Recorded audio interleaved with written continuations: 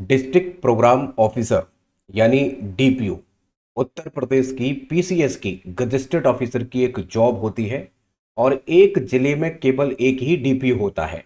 इस छोटे से वीडियो में मैं आपको ये बताने की कोशिश करूंगा कि यह किस प्रकार लड़कियों के लिए यानी महिलाओं के लिए बेस्ट होती है। साथ में बताऊंगा कि इसके फॉर्म भरना स्टार्ट हो चुके हैं तो इसकी लास्ट डेट क्या है। बहुत ही जरूरी बात कि ग्रेजुएशन में कौन से सब्जेक्ट आपके पास होने चाहिए यानी क्वालिफिकेशन एजुकेशन क्वालिफिकेशन क्या रहेगी। हरारकी इस डिपार्टमेंट में हरारकी क्या होती है यानी बेसिक यूनिट से लेकर ऊपर तक डीपीओ और डीपीओ का प्रमोशन कहां तक होता है। डिस्ट्रिक्ट लेवल की ये जॉब होती है, साथ ही साथ इसमें सैलरी कितनी होती है, पे लेवल 10 की ये जॉब है। तो इस वीडियो में लास्ट तक बने रहिएगा, सारे डाउट्स सारी इंफॉर्मेशन आपको यहां पर मिल जाएगी। साथ ही साथ मैं इसका पीडीएफ भी आपको प्रोवाइड करा दूंगा टेलीग्राम चैनल पर, और टेलीग्राम का लिंक मैंने डिस्क्रिप्शन में दे दिया है और कमेंट बॉक्स में भी पिन कर दूंगा, तो वहां से आप इसका पीडीएफ ले सकते हैं। ठीक है, चैनल पर पहली बार आए हैं या अब तक सब्सक्राइब नहीं किया है तो सब्सक्राइब कर लीजिए, इस तरह के नोटिफिकेशन मैं आपको यहां देता रहता हूं। तो चलिए शुरू करते हैं और जानते हैं डीपीओ के बारे में। सबसे जरूरी बात कि डीपीओ अभी पीसीएस के थ्रू ये वैकेंसी आई है और डीपीओ में एजुकेशन क्वालिफिकेशन क्या है। तो यहां पर अगर आपने ग्रेजुएशन किया है और उसमें आपके पास सोशोलॉजी था यानी समाजशास्त्र, तो आप इस पोस्ट के लिए एलिजिबल हैं। अगर आपने एंथ्रोपोलॉजी यानी मानव शास्त्र से किया हो तो भी आप एलिजिबल हैं। साइकोलॉजी मनोविज्ञान या इकोनॉमिक्स यानी अर्थशास्त्र या पॉलिटिकल साइंस यानी राजनीति विज्ञान या होम साइंस यानी गृह विज्ञान या सोशल वर्क यानी समाजशास्त्र, इनमें से किसी भी सब्जेक्ट से आपने ग्रेजुएशन किया है, आप डिस्ट्रिक्ट प्रोग्राम ऑफिसर के लिए एलिजिबल हैं। सामान्यतः यह सब्जेक्ट ज्यादातर देखे गए हैं कि लड़कियों के पास सबसे ज्यादा होते हैं और यह डिपार्टमेंट भी ज्यादातर महिलाओं का ही है। तो अगर आपने इनमें से किसी भी विषय से ग्रेजुएशन किया है तो आप डीपीओ का फॉर्म भर सकते हैं। ओके, इसके अलावा अगर आपने रूरल वेलफेयर एक्सपीरियंस भी लिया है यानी ग्रामीण क्षेत्र में महिलाएं और बच्चों के कल्याण को कार्य करने का व्यवहारिक अनुभव अगर आपके पास है तो भी आप इस पोस्ट के लिए एलिजिबल तो हैं ही, साथ में आपको प्रेफरेंस भी दी जाएगी। या आपने 2 साल तक प्रादेशिक सेना में सेवा दी हो या आपके पास एनसीसी का बी सर्टिफिकेट हो, इनमें से कोई भी अगर आपके पास में सर्टिफिकेट है तो फिर आपको इस पोस्ट में प्रेफरेंस दी जाएगी। इसका कतई ये मतलब नहीं है कि ये नहीं है तो क्या आपको ये पोस्ट नहीं मिल सकती, बिल्कुल मिल सकती है, बशर्ते यहां इन सर्टिफिकेट्स के होने से आपको प्रायोरिटी मिलेगी। इतनी बात भी समझ में आ गई है। चलिए आगे देखिए, सबसे ज्यादा जो इंटरेस्ट आपको है वो है सैलरी जानने में। तो सैलरी तो मैं आपको आगे बता ही दूंगा, लेकिन उससे पहले सैलरी तभी तो मिलेगी जब आप काम करेंगे। तो काम क्या होगा इसमें ये समझ लेते हैं। देखिए डीपीओ जो होता है वो बेसिकली आईसीडीएस डिपार्टमेंट में काम करता है, जिसे हम बोलते हैं integrated ICDS, integrated child development service. इस डीपीओ का काम है बच्चे और महिलाओं के कल्याण के लिए जितनी भी योजनाएं चलाई जा रही हैं उन सब का जिले में क्रियान्वयन और समन्वयन करना, ये मेन काम है। उसी काम के तहत आईसीडीएस यानी आंगनवाड़ी योजनाओं का जिला स्तर पर प्रभावी रूप से संचालन करने का काम डीपीओ का है। जितनी भी योजनाएं या कार्यक्रम, चाहे वो स्वास्थ्य से हो, शिक्षा से हो या पोषण से हो, महिलाओं के लिए और बच्चों के लिए, उन सब का तालमेल बनाना और निगरानी करने का काम डीपीओ का ही होता है। तो हम ये नहीं कह सकते हैं कि ये शिक्षा विभाग का है या स्वास्थ्य विभाग का है, ये कर किसके, इन सभी के बीच कोऑर्डिनेशन रखेगा। मेन उद्देश्य है महिलाओं और बच्चों के हित का, उनको आगे बढ़ाने का। सभी सीडीपीओ जो होते हैं, सुपरवाइजर और आंगनवाड़ी सेंटर्स, इन सब की मॉनिटरिंग इसी डीपीओ के थ्रू की जाती है।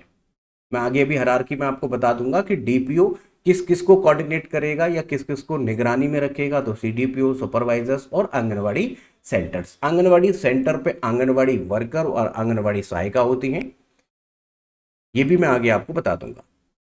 सरकार को रिपोर्ट तैयार करके भेजना, ये भी इन कामों में से एक काम है। योजनाओं के लिए बजट और फंड से उपयोगी जितना भी आता है उस सब की निगरानी करना, और स्वास्थ्य, शिक्षा और अन्य विभागों के साथ में जो भी महिलाओं के लिए और बच्चों के लिए कार्य कर रहे हैं उन सब के साथ कोऑर्डिनेशन करना, और समय समय पर आंगनवाड़ी सेंटर्स को देखना, उनकी निगरानी करना, और सीडीपीओ की निगरानी करना जो कि ब्लॉक स्तर पर होता है। तो आपको ये बात समझ में आ गई है कि इसके मेन काम क्या है। ठीक है भाई, चलो आगे देखो भाई क्या क्या। यहां पर अब हम हायरार्की को यानी पदानुक्रम को समझ लेते हैं। शुरुआत जो होती है किसी भी आंगनवाड़ी केंद्र में वो आंगनवाड़ी सहायिका से होती है, तो ये सबसे पहली यूनिट होती है आईसीडीएस की। ठीक है, वैसे मंत्रालय जो होता है ये राज्य सरकार का महिला एवं बाल विकास विभाग होता है, जिसमें आंगनवाड़ी केंद्र होते हैं। आंगनवाड़ी केंद्रों में सबसे पहली यूनिट आंगनवाड़ी हेल्पर होते हैं, और आंगनवाड़ी हेल्पर का जो सीनियर होगा वो आंगनवाड़ी कार्यकर्ता होती है। ये आंगनवाड़ी सेंटर्स पर होते हैं, और एक ब्लॉक में कई आंगनवाड़ी सेंटर्स हो सकते हैं, और इन आंगनवाड़ी सेंटर्स को सुपरविजन जो करती हैं वो मुख्य सेविका यानी सुपरवाइजर करती हैं, और हाल ही में कुछ समय पहले इनकी वैकेंसी आई थी। सुपरवाइजर का आगे चलकर जो प्रमोशन होता है तो वो सीडीपीओ में होता है, और सीडीपीओ एक ब्लॉक पर एक ही होता है। ब्लॉक पर बात कर रहा हूं मैं, जिले की बात नहीं कर रहा। यानी अगर एक जिले में 12 ब्लॉक हैं तो 12 सीडीपीओ होंगे, और सीडीपीओ से ऊपर जब सीडीपीओ का प्रमोशन होगा तो वो डिस्ट्रिक्ट प्रोग्राम ऑफिसर का होगा। तो ये रही बात प्रमोशन की। लेकिन आप इस पोस्ट के लिए डायरेक्ट एलिजिबल हैं, डायरेक्ट कॉम्पिट करते हैं, तो आपको ये डायरेक्ट ही पोस्ट मिलेगी डीपीओ की, डिस्ट्रिक्ट प्रोग्राम ऑफिसर की, जो कि एक जिले में एक ही होता है। लेकिन डीपीओ एक जिले में जितने ब्लॉक होते हैं उतने होते हैं। ठीक है, डीपीओ आगे चलकर यहां पर ज्वाइंट डायरेक्टर या डिप्टी डायरेक्टर बनता है, और उसके ऊपर भी डायरेक्टर या कमिश्नर बनता है महिला एवं बाल विकास यानी आईसीडीएस के तहत। तो ये मैंने आपको यहां पर हायरार्की भी बता दी है, डीपीओ का जो प्रमोशन होगा वो किस प्रकार होगा ये भी बता दिया है। अगर आप सुपरवाइजर से भर्ती होते, जो कि वैकेंसी पहले आई थी, तो आप डीपीओ तक पहुंच सकते थे, सामान्यतः सीडीपीओ तक तो पहुंच ही जाते हैं।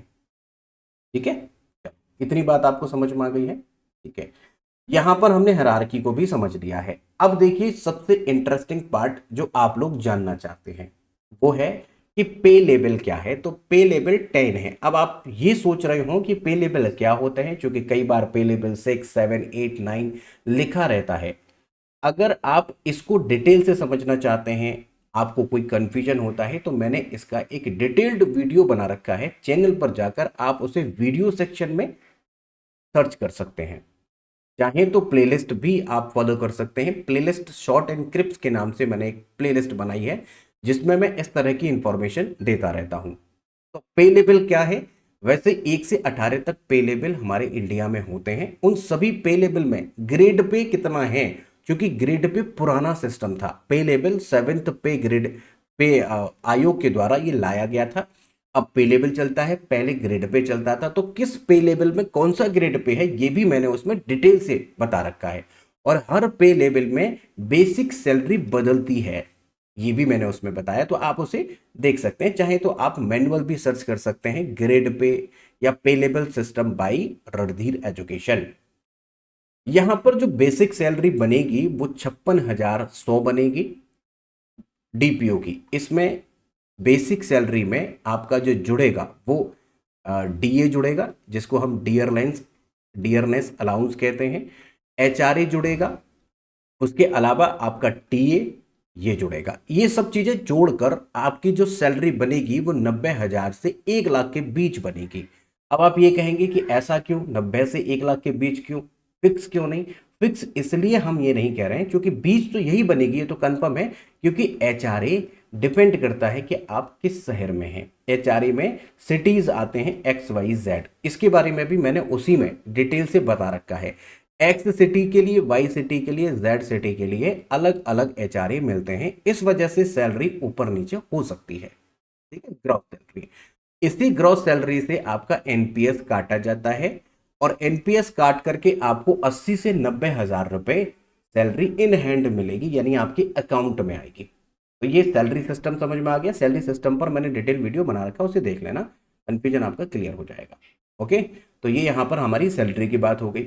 अब देखिए, आप ये जान लीजिए कि इसका लास्ट डेट क्या है। देखिए, जो पीसीएस के फॉर्म भरे जा रहे हैं, जिसमें से सिंपल ग्रेजुएशन वाले जैसे डीवाईएसपी है या फिर एसडीओ है या फिर उसमें बीडीओ है, जैसे वो जिसको हम ब्लॉक डेवलपमेंट ऑफिसर बोलते हैं, या फिर जो हमारा एसडीएम होता है, ये सब पोस्टें एक सिंपल ग्रेजुएट की हैं। बट 12 पोस्ट नोटिफिकेशन के अनुसार ऐसी दी गई है जिसके लिए स्पेसिफिक रिक्वायरमेंट है, यानी कोई स्पेसिफिक आपकी डिग्री होनी चाहिए। प्लस 5 पोस्ट ऐसी भी हैं जिनमें स्पेसिफिक डिग्री के साथ साथ इंटरव्यू नहीं होगा। 5 पोस्ट ऐसी भी है, तो इसका भी मैंने डिटेल वीडियो बना रखा है, आप उसमें जाकर देख सकते हैं। एक प्लेलिस्ट है, प्लेलिस्ट में जाकर आप देख सकते हैं, सर्च कर सकते हैं, प्लेलिस्ट चैनल पर मिलेगी, उसमें नोटिफिकेशन, जॉब्स एंड नोटिफिकेशन करके वो प्लेलिस्ट मिल जाएगी आपको। तो इसका डिटेल वो मिल जाएगा आपको कि कौन कौन सी पोस्ट है, किसके लिए क्या क्या मांगा गया है। जैसे फूड सेफ्टी ऑफिसर है, उसके लिए स्पेसिफिक क्वालिफिकेशन है। BSA DIOS प्रिंसिपल लेक्चरर है ना, डाइट का जो सीनियर लेक्चरर उसके लिए। तो यहां पर देखिएगा, ये जो एप्लीकेशन की जो डेट है वो लास्ट डेट है 27 जुलाई 2026। और इसमें अगर कोई गलती हो भी जाती है, वैसे गलती मत करना, ये कोशिश करना, लेकिन अगर गलती हो भी जाती है तो 3 अगस्त 2026 तक उसमें आप करेक्शन भी कर पाएंगे। डिस्ट्रिक्ट में जो जिला होगा वहां पर आपकी पोस्टिंग होगी, विकास भवन में आपको ऑफिस मिलेगा। डिस्ट्रिक्ट लेवल की जॉब है तो आपको शहर ही मिलेगा, शहर ही मिलेगा। ठीक है, चलो इतनी भी बात आपको समझ में आ गई है। अब देखिए, मैं आपको ये बता दूं कि ये महिलाओं के लिए क्यों बेस्ट है। तो आप जब आंगनवाड़ी केंद्र देखेंगे तो आंगनवाड़ी सहायिका महिला होती हैं, आंगनवाड़ी वर्कर महिलाएं होती हैं, सुपरवाइजर्स महिलाएं होती हैं, और 90% केसेस में सीडीपीओ भी महिलाएं होती हैं। बट सीडीपीओ के लिए ऐसी कोई वो नहीं है कि सीडीपीओ हमेशा महिला ही होगी, क्योंकि सीडीपीओ भी पीसीएस के थ्रू ही आते हैं, और इसमें जिसके पास जो क्वालिफिकेशन होती है, चाहे वो महिला हो या पुरुष हो, और ऐसा ही डीपीओ में है। सामान्यतः ये देखा गया है कि इस तरह के जो सब्जेक्ट्स होते हैं वो महिलाओं के पास ज्यादा होते हैं, इस वजह से महिलाएं ज्यादा होती हैं। तो इस विभाग में महिलाएं ज्यादा हैं, और खासकर ये विभाग ही महिलाओं का है, क्योंकि बाल विकास एवं महिला विभाग के तहत आप इसमें काम करेंगे। तो महिलाओं के लिए कंफर्टेबल एक जोन है, मतलब महिलाओं से ही आपका ताल्लुकात ज्यादा रहेगा, इसलिए ये बेहतर लड़कियों के लिए, महिलाओं के लिए मानी जा सकती है। ठीक है, सुपरवाइजर तो आपको महिलाएं मिलेंगी ही मिलेंगी, आंगनवाड़ी केंद्रों पर सभी महिलाएं मिलेंगी। ठीक है, तो इसलिए मॉनिटरिंग महिलाओं की ही करनी है। तो समझ में आ गया है महिलाओं के लिए क्यों बेहतर है। जैसे बैंकिंग डिपार्टमेंट में, एजुकेशन में, शिक्षा में कहते हैं कि महिलाओं के लिए बेहतर होती है, क्योंकि वहां पर उतना प्रेशर या उतना आपका वेरिएशन नहीं मिलता है। तो आपको ये भी बात समझ में आ गई है। फॉर्म जरूर भर देना। फॉर्म में आपको अगर कोई डाउट होता है, कोई समस्या होती है, तो आप मुझे कमेंट बॉक्स में बता देना, मैं वहां पर आपका ये सॉल्यूशन दे दूंगा। किस एजुकेशन क्वालिफिकेशन के लिए कौन सी पोस्ट है, इसके लिए मैंने डिटेल वीडियो बनाया, उसे देख लेना। इस चैनल को सब्सक्राइब कर लेना। वीडियो पसंद आती है तो उन्हें लाइक ज़रूर कर दिया करें, ये आपका एक मेरे लिए एक अप्रिसिएशन है। इससे मैं और मोटिवेट होकर आपके लिए बेहतर कंटेंट लाने का प्रयास करता हूं। साथ ही साथ इस पीसीएस की तैयारी के लिए मैंने प्लेलिस्ट बनाए हुए हैं। प्लेलिस्ट में मैं आपको ये Indian polity, economics, environment and ecology, computer, इन सभी सब्जेक्ट को वहां पर विधिवत तरीके से दे रहा हूं, तो आप उन प्लेलिस्ट को भी फॉलो कर सकते हैं और अपनी पढ़ाई को अगले लेवल पर ले जा सकते हैं। साथ ही साथ मैं इन सब का, जितनी भी पढ़ाई करा रहा हूं, उन सब का मैं पीडीएफ भी प्रोवाइड करता हूं, जो कि टेलीग्राम चैनल पर आपको मिलेगी।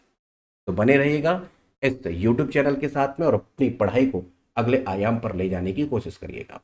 ठीक है, तो मिलते हैं नेक्स्ट इन्फॉर्मेटिव वीडियो में, तब तक अपना ध्यान रखें एंड गुड लक।